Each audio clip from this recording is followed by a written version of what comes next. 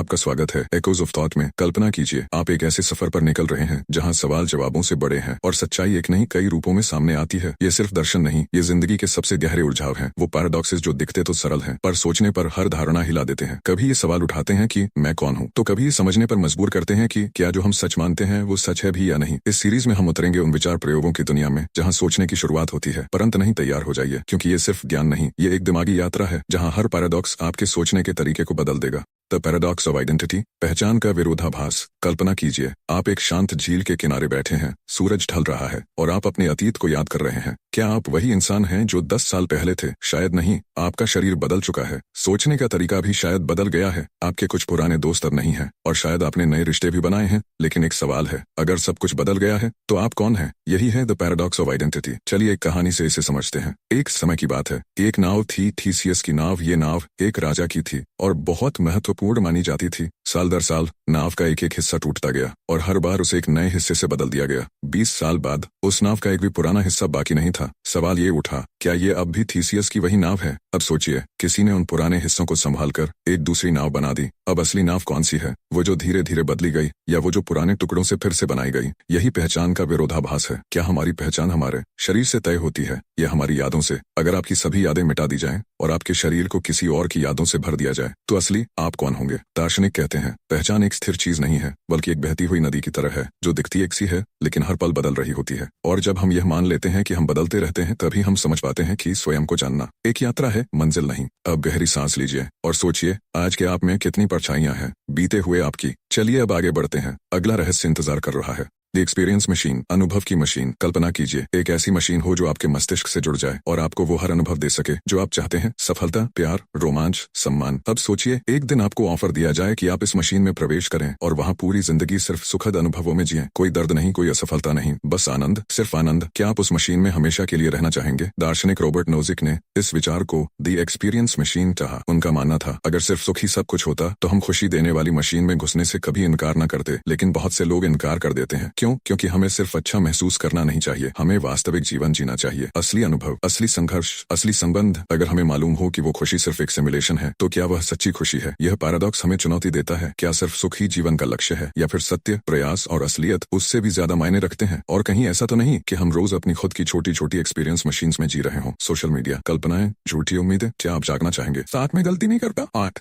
म्यूनचाउज़ेन ट्रिलेमा, ज्ञान की नींव का भ्रम। कल्पना कीजिए आप एक छोटे बच्चे से मिलते हैं, वो आपसे पूछता है पानी क्यों गिरता है? आप कहते हैं क्योंकि गुरुत्वाकर्षण है। वो पूछता है गुरुत्वाकर्षण क्यों है? आप कहते हैं क्योंकि पृथ्वी का द्रव्यमान है। फिर वो पूछता है पृथ्वी का द्रव्यमान क्यों है? और यह क्रम कभी खत्म नहीं होता। यही है म्यूनचाउज़ेन ट्रिलेमा, ज्ञान की नींव का विरोधाभास। इस त्रिकोण में 3 रास्ते होते हैं और तीनों ही अधूरे लगते हैं। 1 सर्कुलर रीजनिंग, हम किसी चीज को उसी के सहारे साबित करते हैं, जैसे भगवद गीता सच है क्योंकि गीता खुद कहती है कि वो सच है। 2 इन्फिनिट रिग्रेस, हर उत्तर के पीछे एक और सवाल और वो सवाल कभी खत्म ना हो। 3 एक्सियोमेटिक स्टॉप, हम कह देते हैं बस यही सच है। मान लो कोई भी रास्ता पूरी तरह संतोषजनक नहीं लगता तो हम जो कुछ भी जानते हैं क्या उसकी कोई ठोस नींव है या फिर हमारा ज्ञान एक ऐसे महल की तरह है जो हवा में टिका है? यह पैराडॉक्स हमें यह सोचने पर मजबूर करता है कि क्या हम सच में किसी चीज को जानते हैं या सिर्फ उसे मानते हैं।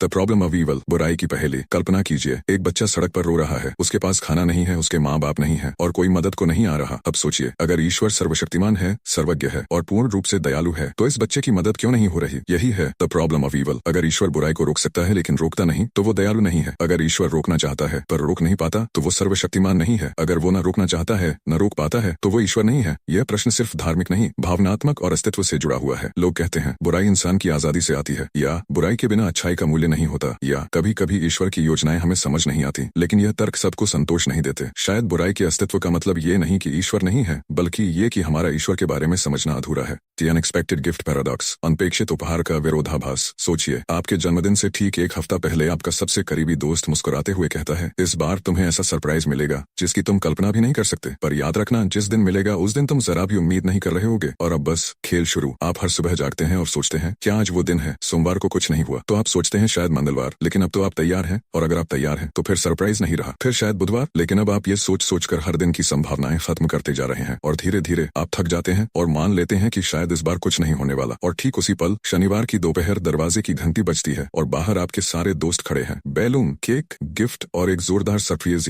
के साथ। आप चौंक जाते हैं, हंसते हैं, थोड़े भावुक भी हो जाते हैं, क्योंकि उस पल आप सच में उम्मीद नहीं कर रहे थे। और इसी में छुपा है अनएक्सपेक्टेड गिफ्ट पैराडॉक्स। जब आप किसी चीज की इतनी ज्यादा उम्मीद करने लगते हैं कि आखिरकार उम्मीद करना छोड़ देते हैं, और तभी असली चमत्कार घटता है। यह पैराडॉक्स हमें याद दिलाता है कि जिंदगी की सबसे गहरी, सबसे खूबसूरत चीजें प्लान करके नहीं मिलती, बल्कि वहीं आती है जहां उम्मीद की जमीन सूख चुकी हो और तर्क पीछे छूट चुका हो। द ड्रिंकर्स पैराडॉक्स, शराबी का विरोधाभास। कल्पना कीजिए, रात के करीब 11 बजे हैं, एक पुरानी धुंधली लाइटों वाली बार में आप बैठे हैं, धीमा म्यूजिक बज रहा है, गिलासों की खनक और माहौल में थोड़ी उदासी घुली हुई है। तभी आपका तफरीही या दोस्त अचानक बियर उठाकर कहता है, इस बार में कम से कम एक ऐसा आदमी तो है कि जितनी वो पी रहा है, अगर उतनी ही सब पी लें तो सब बराबर पी रहे होंगे। आप पहले हंसते हैं, कहते हैं क्या बकवास कर रहा है, लेकिन फिर दिमाग चलना शुरू होता है और बात में अजीब सा लॉजिक दिखने लगता है। क्योंकि सोचिए, अगर वहाँ कोई एक ऐसा आदमी है जो कुछ भी नहीं पी रहा, तो उसकी मात्रा बाकी सब पर लागू करो, यानी सब कुछ नहीं पिए, और बात सच हो जाती है। और अगर सबने कुछ न कुछ पिया है, तो भी कम से कम एक ऐसा जरूर होगा जिसने सबसे कम पिया हो, और अगर उसे की पीने की मात्रा बाकी सब पर थोप दो, तो फिर भी अगर के तर्क से बात फिट बैठती है। और यहीं से शुरू होता है ड्रिंकर्स पैराडॉक्स, एक वाक्य जो दिखाता है कि कभी कभी तर्क ऐसे काम करता है जैसे शराब। शुरू में मजा आता है, फिर सब घुलने लगता है, और आखिर में आपको पता ही नहीं चलता कि आप कहाँ हैं। ये पैराडॉक्स हमें ये भी समझाता है कि भाषा और लॉजिक की दुनिया में कुछ बातें ऐसी होती हैं जो दिखती आसान है, लेकिन भीतर से इतनी गोल गोल घूमी होती हैं कि आप चाहो भी तो सीधा रास्ता नहीं निकाल सकते। और हो सकता है उस कोने में बैठा वो चुपचाप पीता हुआ बूढ़ा शराबी, जिसके बारे में किसी ने ध्यान नहीं दिया, वही पूरी बार की गणित अपने नशे में समेटे बैठा हो, और बाकी सब बस उसके हिस्से का हिसाब बनकर रह जाएं। यह है द ड्रिंकर्स पैराडॉक्स। यह गणितीय तर्क का खेल है। यह कहता है कि किसी भी भरे हुए बार या समूह में हमेशा कोई एक ऐसा व्यक्ति होता है कि अगर वो शराब पी रहा है तो इसका तर्क से यह निकलेगा कि सभी पी रहे हैं, यानी कभी कभी तर्क सच्चाई से नहीं, तर्क के नियमों से चलता है, और यही बनाता है इसे एक पैराडॉक्स। यह तर्क सिर्फ शराब तक सीमित नहीं है, यह हमें यह सिखाता है कि समूहों और आंकड़ों के पीछे छिपे निष्कर्ष हमेशा हमारी सामान्य सोच से मेल नहीं खाते। The island of truth tellers and liars, सत्यवक्ताओं और झूठों का द्वीप। कल्पना कीजिए एक रहस्यमय द्वीप की, जहाँ दो तरह के लोग रहते हैं, एक ट्रूथ टेलर्स जो हमेशा सच बोलते हैं, दो लायर्स जो हमेशा झूठ बोलते हैं। एक यात्री राहुल उस द्वीप पर भटक जाता है, उसे रास्ता पूछना है। रास्ते में उसे दो व्यक्ति मिलते हैं, अर्जुन और विभोर। उसे नहीं पता कि कौन क्या है। वह अर्जुन से पूछता है, क्या विभोर ट्रूथ टेलर है? अर्जुन जवाब देता है, विभोर कहेगा कि मैं ट्रूथ टेलर हूँ। अब सोचिए, अर्जुन सच कह रहा है या झूठ? अगर अर्जुन सच बोल रहा है तो विभोर सच में कहेगा कि अर्जुन ट्रूथ टेलर है, जिससे दोनों ट्रूथ टेलर होंगे। लेकिन ये हो नहीं सकता, क्योंकि उनमें से एक तो निश्चित रूप से झूठा होगा। अगर अर्जुन झूठ बोल रहा है तो विभोर कभी ये नहीं कहेगा कि अर्जुन ट्रूथ टेलर है, यानी विभोर कहेगा कि अर्जुन लायर है। और अगर विभोर ऐसा कहता है तो वह सच बोल रहा है, यानी वह ट्रूथ टेलर है। इस तरह राहुल निष्कर्ष निकालता है, अर्जुन लायर है और विभोर ट्रूथ टेलर। यह है the island of truth tellers and liars. यह विरोधाभास तर्क और भाषा की पेचीदगियों को दर्शाता है। यह सिखाता है कि कैसे सटीकता से सवाल पूछना और उत्तरों का विश्लेषण करना हमें सच्चाई के करीब ला सकता है। कभी कभी जीवन में भी लोग पूरी सच्चाई नहीं बताते, लेकिन अगर हम ध्यान दें तो झूठ की दरारों से सच्चाई झांकने लगती है।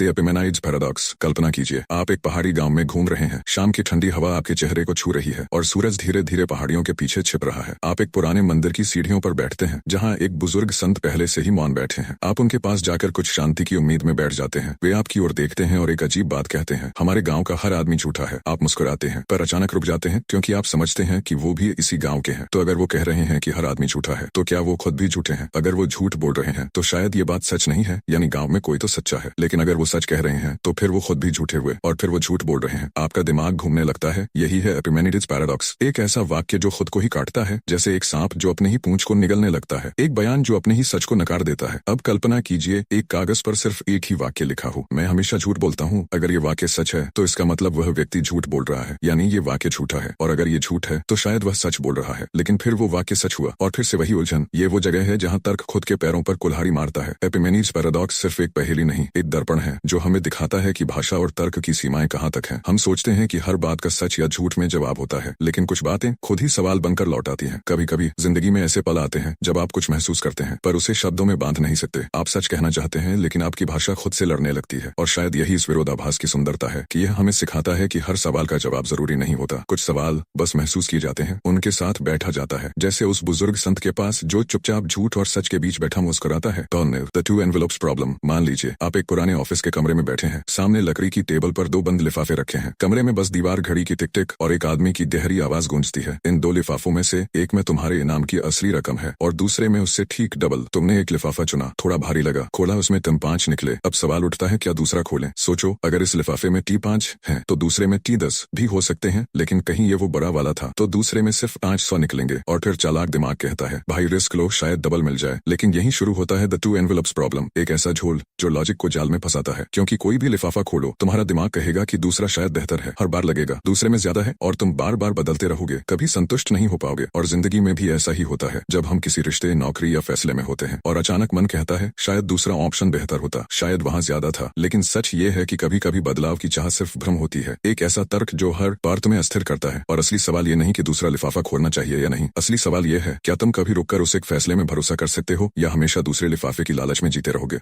The problem of the criterion. सोचिए, आप किसी सुनसान पहाड़ी स्टेशन पर अकेले खड़े हैं। सुबह की ठंडी धुंध चारों तरफ पसरी है और सामने 2 पगडंडियां जाती हैं। एक वादा करती है मंजिल, दूसरी गुमराह कर सकती है। और आप सोचते हैं मुझे किस रास्ते पर जाना चाहिए, लेकिन तभी दिमाग सवाल उठाता है मुझे सही रास्ता पहचानना कैसे है? और फिर दूसरा सवाल सिर उठाता है पहले मुझे रास्ता पहचानना आना चाहिए या मुझे पहले पता होना चाहिए कि सही रास्ता कौन सा है? और यहीं शुरू होता है the problem of the criterion, एक उलझन जो कहती है अगर हमें किसी चीज का ज्ञान चाहिए तो पहले हमें पता होना चाहिए कि ज्ञान का मापदंड क्या है। लेकिन अगर मापदंड नहीं पता तो हम कैसे तय करें कि ज्ञान सही है या नहीं? जैसे कोई कहे सच्चाई बताओ, लेकिन ये ना बताए कि सच्चाई को परखोगे कैसे। ये पैराडॉक्स हमें उस बिंदु पर लाता है जहां हम खुद से पूछते हैं क्या मैं वाकई जानता हूं या बस मानता हूं कि जानता हूं? और शायद सच ये है कि हमारे कई यकीन बस आदत बन चुके हैं और हमारी तर्क शक्ति उसी पहाड़ी स्टेशन पर खड़ी है, 2 रास्तों के बीच ठंडी धुंध में गुम। The lottery coincidence. कल्पना कीजिए, एक थके हुए ऑफिसर की तरह आप एक न्यूज़पेपर पढ़ रहे हैं और अचानक आपकी नजर एक खबर पर टिकती है 65 साल की महिला ने 2 हफ्तों में लगातार 2 बार लॉटरी जीती। आप हंसते हैं, हैरान होते हैं, फिर सोचते हैं क्या संयोग है, लेकिन फिर मन में सवाल उठता है क्या वाकई? और यहीं से शुरू होता है द लॉटरी कोइंसिडेंस, एक पैराडॉक्स जो हमारी सोच की उस खिड़की को तोड़ता है जिससे हम असंभव और संभावना को देखते हैं। क्योंकि जब कोई बेहद अनोखा रेयर इवेंट होता है, जैसे किसी का एक ही नंबर से 2 बार करोड़पति बन जाना, तो हम उसे चमत्कार मान लेते हैं। लेकिन हम भूल जाते हैं कि दुनिया में हर दिन करोड़ों लोग लॉटरी खेलते हैं, संयोग घटते रहते हैं और किसी एक को मिलना तय है। यह पैराडॉक्स हमें दिखाता है कि हमारा दिमाग रेयर चीजों को ज्यादा याद रखता है और कॉमन चीजों को भूल जाता है। जैसे अखबार में वो लाखों लोगों की लिस्ट कभी नहीं छपती जिन्होंने कुछ नहीं जीता। और शायद यही ह्यूमन माइंड की खूबी भी है कि हम हर संयोग में एक कहानी ढूंढते हैं, एक मकसद, एक चमत्कार। लेकिन सच तो यह है कि कभी कभी चमत्कार बस गणित होते हैं जिनका इत्तेफाक से कोई चेहरा बन जाता है और हम कहते हैं क्या किस्मत है।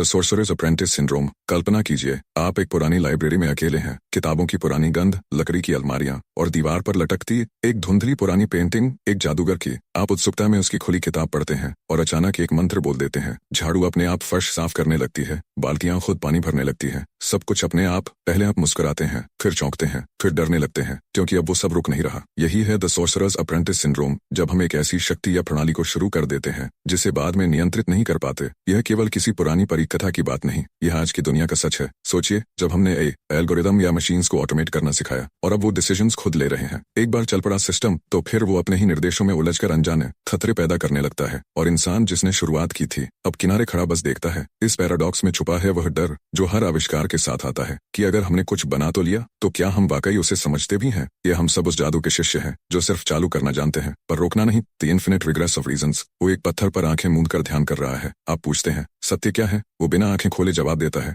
जो अनुभव से आए। आप फिर पूछते हैं लेकिन अनुभव पर भरोसा क्यों करें? वो मुस्कुराता है क्योंकि अनुभव को तर्क साबित करता है। आप ठहरते हैं और तर्क को कौन साबित करता है? और वो अभिमान है। पर आप समझ चुके हैं सवालों की एक श्रृंखला चल पड़ी है और हर जवाब खुद एक और सवाल को जन्म देता है। यही है the infinite regress of reasons, एक ऐसा तर्कीय दलदल जहां आप किसी चीज को सच मानना चाहते हैं लेकिन उसे साबित करने के लिए जिस कारण की जरूरत है वो खुद किसी और कारण पर टिका है और वो अगला कारण फिर किसी और पर, और ये सिलसिला कभी खत्म नहीं होता। जैसे आप पूछते जाएं क्यों और हर क्यों के पीछे एक और क्यों खड़ा हो जाए। इंसान तर्क पर टिका है, लेकिन जब तर्क को ही तर्क चाहिए तो क्या कभी कोई अंतिम जवाब है? अब सोचिए, जब कोई कहता है मैं अपने उसूलों पर जीता हूँ तो सवाल उठता है वो उसूल क्यों? फिर उसूल के पीछे की सोच क्या? और फिर उस सोच का आधार क्या? आप धीरे धीरे एक ऐसी सीढ़ी पर चढ़ते हैं जो कभी मंजिल तक नहीं पहुंचती, बस गोल गोल घुमाती रहती है। और शायद इस पैराडॉक्स की असली बात यही है कि इंसान को जवाबों की नहीं, संतोष की तलाश होती है। कभी कभी सवालों का अंत तर्क से नहीं, विश्वास से होता है, या शायद एक गहरी सांस लेकर उस साधु की तरह चुप हो जाने से। क्योंकि कुछ सवाल सिर्फ पूछे जाते हैं, समझे नहीं जाते। तैयार हो जाइए, अगला है द यूथिफ्रो डिलेमा, एक ऐसा टकराव जो धर्म और नैतिकता के बीच की रेखा को हिला देता है। कल्पना कीजिए, आप एक प्राचीन यूनानी मंदिर की सीढ़ियों पर बैठे हैं। पत्थर की दीवारों पर समय की चुप्पी उकेरी गई है। एक युवक यूथिफ्रो, जो खुद को धर्मज्ञ मानता है, किसी को दंडित करने जा रहा है और सामने खड़ा है सुकरात, शांत और तीखा। वो एक सीधा सवाल करता है, क्या कोई चीज इसलिए सही है क्योंकि ईश्वर कहता है, या ईश्वर इसलिए उसे सही कहता है क्योंकि वो पहले से ही सही है? और यहीं से जन्म लेता है द यूथिफ्रो डायलेमा, एक ऐसा प्रश्न जो धर्म और नैतिकता की नींव को हिला देता है। सोचिए, अगर कुछ सही है सिर्फ इसलिए कि ईश्वर उसे कहता है, तो क्या नैतिकता बस आदेश बन जाती है? फिर अगर कल ईश्वर कुछ गलत कहे, तो क्या वो भी सही हो जाएगा? और अगर ईश्वर भी उसी चीज को सही कहता है जो पहले से नैतिक है, तो इसका मतलब नैतिकता ईश्वर से भी ऊपर है। यह पैराडॉक्स हमें उस मोड़ पर लाकर खड़ा करता है जहां हमें खुद से पूछना पड़ता है, क्या धर्म हमें नैतिक बनाता है, या नैतिकता वो आईना है जिसमें हम धर्म को परखते हैं? क्योंकि अगर हम सिर्फ डर, आदेश या नियम के कारण अच्छा व्यवहार करते हैं, तो क्या वो सच में अच्छाई है, या अच्छाई वो है जिसे हम दिल से समझते हैं, भले ही कोई कहे या न कहे? और शायद यही इस दुविधा की खूबसूरती है कि यह हमें मजबूर करता है भीतर झांकने को, यह तय करने को कि हमारा नैतिक आधार भीतर से आता है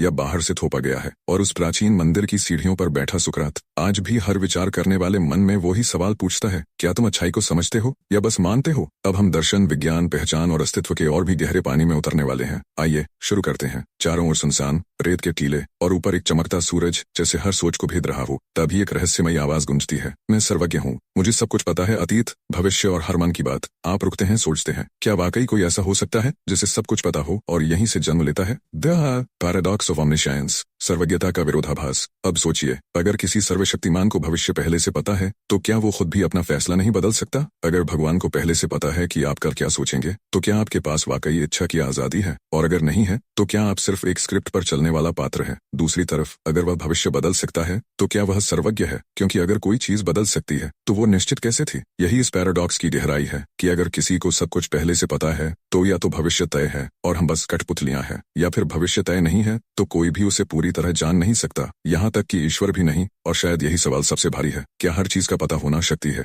या एक बोझ? क्योंकि जब कोई कुछ नहीं जानता तो उसे हर मोड़ पर चौंकने का सुख है, लेकिन जिसे सब पता हो उसे जिंदगी कभी चौंकाती नहीं और शायद छूती भी नहीं। Quantum suicide paradox. कल्पना कीजिए, आप एक वैज्ञानिक हैं, अकेले एक प्रयोगशाला में खड़े, हाथ में एक डिवाइस है, एक मशीन जो क्वांटम सिद्धांतों पर काम करती है। हर बार जब आप इसका बटन दबाते हैं, मशीन एक रैंडम क्वांटम इवेंट के आधार पर फैसला करती है। 50% चांस की कुछ नहीं होगा और 50% चांस की ट्रिगर दबेगा। आप सोचते हैं, पागलपन है ये, लेकिन तभी आपका दिमाग चुपचाप फिसलता है एक सिद्धांत की ओर, मैनी वर्ल्ड्स इंटरप्रिटेशन, जिसमें कहा गया है हर क्वांटम निर्णय 2 ब्रह्मांड बना देता है, एक जहां घटना हुई और एक जहां नहीं हुई। अब आप बटन दबाते हैं और कुछ नहीं होता, फिर से दबाते हैं, फिर कुछ नहीं होता, तीसरी बार फिर भी आप जिंदा। और आप सोचते हैं, क्या मैं वो हूँ जो हर बार उस ब्रह्मांड में रह गया जहां मैं बच गया? यही है क्वांटम सुइसाइड पैराडॉक्स, एक अजीब विचार जो कहता है शायद आप कभी मर ही नहीं सकते, क्योंकि चेतना हमेशा उस रियलिटी को चुनती है जहां आप जिंदा हैं। बाकी सब ब्रह्मांडों में आपके अनगिनत वर्जन मरते जा रहे हैं, लेकिन आपका अनुभव हमेशा जिंदा रहने वाला होता है। अब सोचिए, अगर ऐसा है तो क्या अमरता संभव है, या ये बस भ्रम है एक अकेले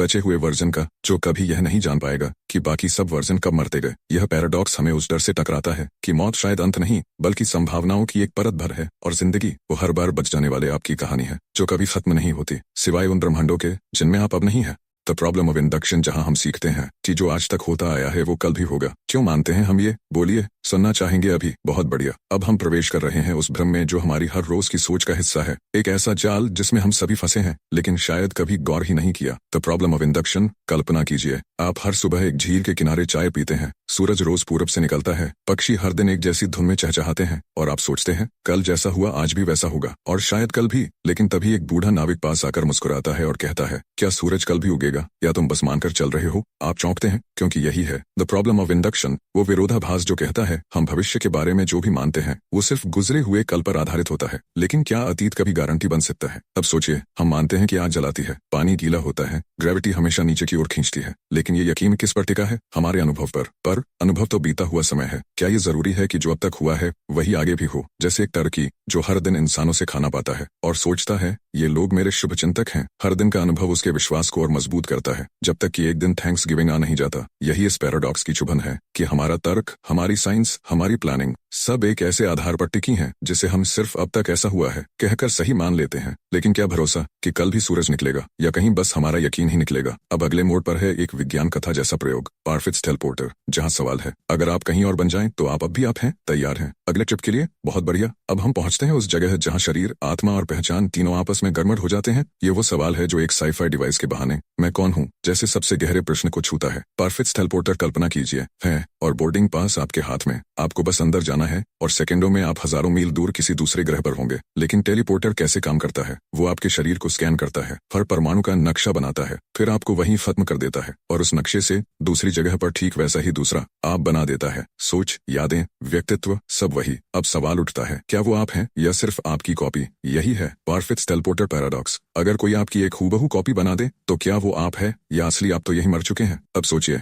अगर आप किसी ऐसे कमरे में खड़े हैं जहां एक बटन दबाते ही आपका शरीर नष्ट होता है और उसी क्षण दूसरा आप दूसरी जगह खड़ा हो जाता है, तो क्या आप उस बटन को खुशी से दबाएंगे? क्योंकि जो उधर जागेगा उसे लगेगा कि वही असली है, लेकिन जो इधर है वो कभी कुछ महसूस नहीं करेगा क्योंकि वो अब है ही नहीं। तो क्या चेतना ट्रांसफर हो सकती है या हम बस अपने जैसे वर्जन को आगे भेज देते हैं और खुद यही मिट जाते हैं? पारफिट कहता है हमारी स्वयंता, आइडेंटिटी। और जब आप पूछें दिखाओ, वो कहे अगर नहीं दिख रही तो वो काम कर रही है, अब तुम साबित करो कि वो नहीं है। यही इस पैराडॉक्स की चालाकी है कि साबित करने की जिम्मेदारी अक्सर गलत दिशा में डाल दी जाती है और बहस वहीं उलझ जाती है। असल में जिसने दावा किया है उसी पर होता है उसे साबित करने का बोझ, वरना तो कोई भी कुछ भी कह सकता है। मेरे बिस्तर के नीचे एलियंस हैं, मैं कल एक दूसरे ब्रह्मांड में गया था, और अगर कोई सबूत न मांगे तो हर कल्पना हकीकत बन जाए। The burden of proof paradox हमें यह सिखाता है कि हर दावे को सुनना जरूरी है पर उसे मान लेना जरूरी नहीं, क्योंकि जहां तर्क खत्म होता है वहां अंधविश्वास शुरू होता है। अब आखिरी पड़ाव पर हम एक बेहद सूक्ष्म लेकिन असहज सवाल से टकराएंगे, द स्लीपिंग पिल डायलेमा, जहां नींद सिर्फ आराम नहीं बल्कि पहचान, नैतिकता और यादों की धुंध बन जाती है। बहुत खूब। और अब हम उस जगह पर पहुंच चुके हैं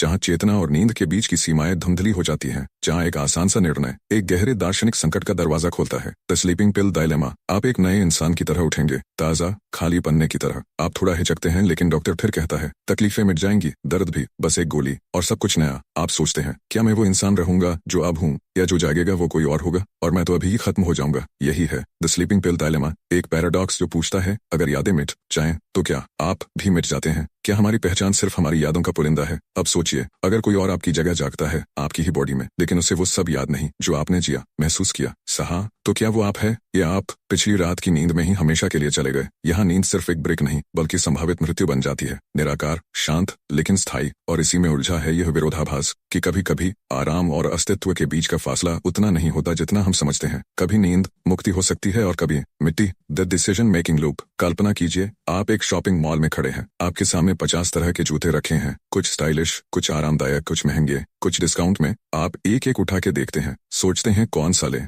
फिर एक और दिखता है जो पिछले से थोड़ा बेहतर लगता है और आखिर में आप थक जाते हैं और बिना कुछ खरीदे बाहर आ जाते हैं। यही है डिसीजन मेकिंग लूप, एक ऐसा चक्र जिसमें हम बार बार उलझते हैं जब चॉइसेस ज्यादा हो जाती हैं। हर विकल्प हमें अगले विकल्प की तरफ खींचता है और हम सोचते हैं कि शायद अगला ज्यादा बेहतर होगा। असल जिंदगी में भी ये लूप चलता रहता है, चाहे वो कॉलेज का कोर्स चुनना हो, करियर का पाथ या इवन शादी के लिए पार्टनर चुनना। मान लीजिए आपने सोचा MBA करेंगे, फिर लगता है नहीं शायद कोडिंग सीख लूं, आजकल IT में स्कोप है, लेकिन फिर कोई कहता है डिजिटल मार्केटिंग का फ्यूचर है। हर नए ऑप्शन के साथ पुराने पर डाउट बढ़ता जाता है। इस लूप को साइकोलॉजी में एनालिसिस पैरालिसिस भी कहा जाता है, जहां सोचते सोचते हम इतने डिसीजंस टालते जाते हैं कि आखिर में कोई कदम ही नहीं उठाते। इससे निकलने का रास्ता क्या है? सिंपल है, परफेक्ट डिसीजन की तलाश छोड़ दो और एक्शन लेना शुरू करो। हर डिसीजन लाइफ चेंजिंग नहीं होता, लेकिन हर एक्शन आपको क्लैरिटी जरूर देता है, क्योंकि असली समझ तो चलने से ही आती है, बैठकर सोचने से नहीं। The ओमनीबेनेवोलेंस conflict. कल्पना कीजिए एक बच्चा किसी मंदिर में बैठा है, वो हाथ जोड़कर भगवान से प्रार्थना कर रहा है, भगवान जी मेरी मम्मी को ठीक कर दो, वो बहुत बीमार है। उसकी आंखों में उम्मीद है, मासूमियत है और एक सवाल,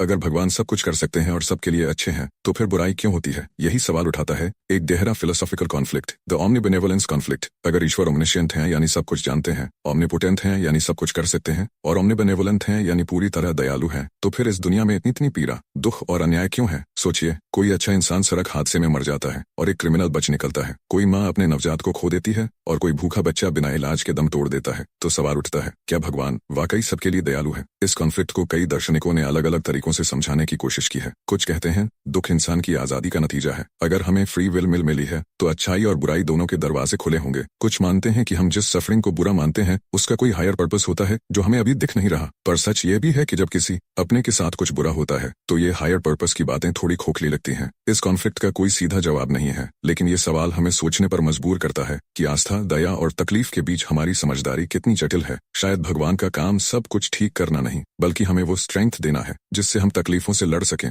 द डक रैबिट प्रॉब्लम। कल्पना कीजिए, आप एक इमेज देखते हैं, पहले नजर आता है खरगोश, लंबे कान, मासूम चेहरा, लेकिन जैसे ही कोई कहता है कि नहीं ये तो एक बत्तख है, आपकी परसेप्शन बदल जाती है। अब वही कान आपको बत्तख की चोंच लगते हैं। यही है द डक रैबिट प्रॉब्लम, एक मशहूर ऑप्टिकल इल्यूजन जो दिखाती है कि हमारी दृष्टि से ज्यादा जरूरी है दृष्टिकोण। दर्शशास्त्र में इसका मतलब गहरा है। ये प्रॉब्लम बताती है कि हम एक ही चीज को अलग अलग तरीकों से देख सकते हैं और दोनों ही सही हो सकते हैं। लेकिन इंटरेस्टिंग बात यह है, हम एक ही वक्त में दोनों पर्सपेक्टिव्स को नहीं देख सकते। या तो हम उसे डक मानते हैं या रैबिट। अब एक रियल लाइफ एग्जांपल सोचिए, आपका कोई दोस्त किसी और से झगड़ा कर रहा है। आपको लगता है कि दोस्त सही है क्योंकि आपने उसकी कहानी सुनी है, लेकिन जब आप दूसरे इंसान की बात सुनते हैं तो उसकी बात भी सही लगती है। तो सवाल उठता है, सच कौन है? डक रैबिट प्रॉब्लम हमें सिखाता है कि परसेप्शन सब्जेक्टिव होता है। हर इंसान अपने अनुभव, मान्यताओं और कंडीशनिंग के हिसाब से चीजों को देखता है। इसका मतलब ये नहीं कि सच नहीं होता, बल्कि ये कि सच को समझने के लिए हमें मल्टीपल पर्सपेक्टिव्स देखने की प्रैक्टिस करनी चाहिए। तो अगली बार जब आप किसी के साथ बहस करें तो सोचिए, क्या आप डक देख रहे हैं या रैबिट? और क्या हो अगर सामने वाला उसी चीज में दूसरा रूप देख रहा हो? कल्पना कीजिए, आप एक सपना देख रहे हैं जिसमें आप अपने बचपन में लौट जाते हैं। वही स्कूल की घंटी, वही टिफिन, वही पुरानी दोस्ती।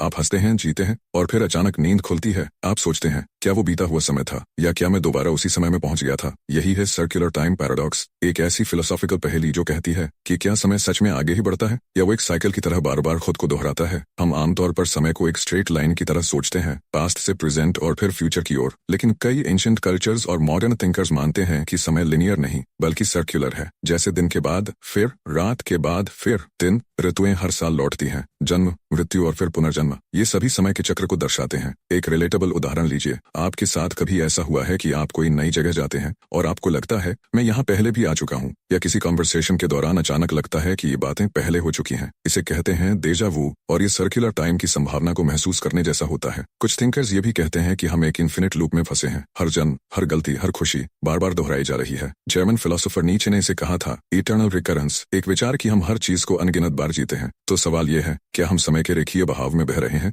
या एक चक्र में बंधे हुए हैं? और अगर वाकई समय चक्रीय है तो क्या हम अपने चॉइसेस को बदल सकते हैं या हम हमेशा वही करेंगे जो पहले किया? सर्कुलर टाइम पैराडॉक्स हमें यह सोचने पर मजबूर करता है कि समय को हम जितना सिंपल समझते हैं वो उतना ही मिस्टीरियस है। में बैठे हैं, वेटर आता है और पूछता है टी या कॉफी? आप बिना ज्यादा सोचे कहते हैं कॉफी, लेकिन जैसे ही पहला साइप लेते हैं दिमाग में चलता है क्या सच में यही मेरी पसंद थी या सिर्फ आदत में आकर कह दिया? यही है प्रेफरेंस पैराडॉक्स, एक गहरा सवाल, क्या हमारी पसंदें वाकई हमारी हैं या वो किसी और के बनाए गए माहौल का नतीजा है? हम सोचते हैं कि हम अपनी चॉइस से जी रहे हैं, पर सच ये है कि बहुत बार हमारी प्रेफरेंसेस पहले से ही शेप हो चुकी होती हैं, हमारे कल्चर, एडवर्टाइजिंग, अपब्रिंगिंग और सोशल ट्रेंड्स के जरिए। मान लीजिए एक टीनेजर है जो सोचता है कि उसे ब्रांडेड स्नीकर्स पसंद है, लेकिन क्या वो वाकई उस स्टाइल से प्यार करता है या उसने उन्हें इंस्टाग्राम पर देखकर, अपने दोस्तों को पहनते हुए देखकर ये मान लिया है कि यही कूल? प्रेफरेंस पैराडॉक्स यही कहता है कि अगर आपकी चॉइसेस पहले से इन्फ्लुएंस्ड हैं तो फिर आपकी फ्री विल कहाँ है? और सबसे बड़ी बात, अगर आप कुछ चुनते हैं जो आप चाहते हैं लेकिन उसकी चाहत भी पहले से प्रोग्राम की गई है, तो क्या आप सच में चूजर हैं या बस एक प्रोग्राम्ड रिस्पॉन्डर? यह पैराडॉक्स हमें अपने डिसीजंस को लेकर सतर्क करता है। ये कहता है कि कभी कभी अपनी पसंद को टटोलना जरूरी है। क्या ये सच में मेरी पसंद है या मुझे ऐसा लगता है क्योंकि सब ऐसा कर रहे हैं? तो अगली बार जब आप कुछ पसंद करें, एक कपड़ा, एक गाना,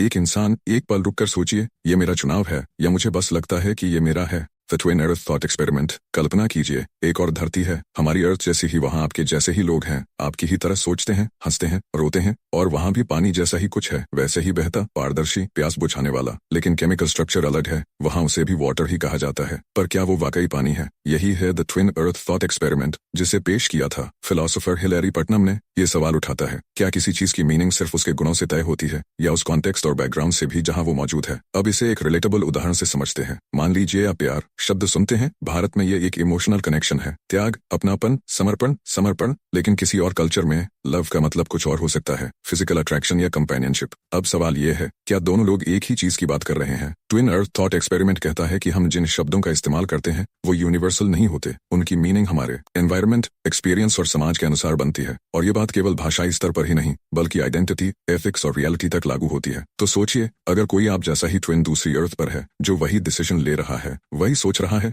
लेकिन उसकी एनवायरनमेंट अलग है, तो क्या आप दोनों वाकई सेम पर्सन है? यह एक्सपेरिमेंट हमें यह समझने की ओर ले जाता है कि दुनिया को देखने का हमारा लेंस सिर्फ पर्सनल नहीं होता, वो सोशली और कल्चरली इन्फ्लुएंस्ड होता है। और आखिर में सवाल यही उठता है, क्या सच वही होता है जो दिखता है, या सच हर कॉन्टेक्स्ट में अलग अलग रूप लेता है? आप अपना पसंदीदा खाना मंगवाते हैं, फेवरेट शो बिंज वॉच करते हैं, इंस्टा स्क्रॉल करते हैं, दोस्तों के साथ मस्ती करते हैं, लेकिन दिन के आखिर में एक अजीब सी खालीपन, वेट, मैंने तो सिर्फ खुशी के पीछे भागा था, फिर भी मैं अधूरा क्यों महसूस कर रहा हूँ? यही है द पैराडॉक्स ऑफ हेडोनिज्म, एक ऐसा विरोधाभास जो कहता है कि अगर आप केवल खुश रहने को ही अपना लक्ष्य बना लें तो आप शायद कभी सच में खुश हो ही नहीं पाएंगे। सोचिए, क्या आपको वो पल याद हैं जब आप सबसे ज्यादा खुश थे? शायद जब आपने किसी की मदद की थी, किसी को हंसाया था, या जब आप कुछ ऐसा कर रहे थे जो किसी बड़े मकसद से जुड़ा था। और हैरानी की बात यह है, उस वक्त आप खुशी के पीछे भाग नहीं रहे थे, आप बस कुछ और कर रहे थे और खुशी खुद ब खुद आ गई थी। हेडोनिज्म ये कहता है कि प्लेजर सबसे बड़ा गोल है, लेकिन पैराडॉक्स ये कहता है कि प्लेजर को डायरेक्टली चेस करना उसे दूर ही करता है। जैसे किसी सोप बबल को पकड़ने की कोशिश करें, जितना तेजी से पकड़ेंगे उतना ही वो फिसलता जाएगा। इसका मतलब ये नहीं कि खुशी बुरी चीज है, बल्कि ये कि असली खुशी उन चीजों में मिलती है जो उसके आगे होती हैं, ग्रोथ, पर्पस, कनेक्शन, कंट्रीब्यूशन। तो अगली बार जब आप सोचें मैं खुश क्यों नहीं हूं, तो खुद से पूछिए, क्या मैं सिर्फ खुशी के पीछे भाग रहा हूं या कुछ ऐसा कर रहा हूं जहां खुशी नेचुरली मिले?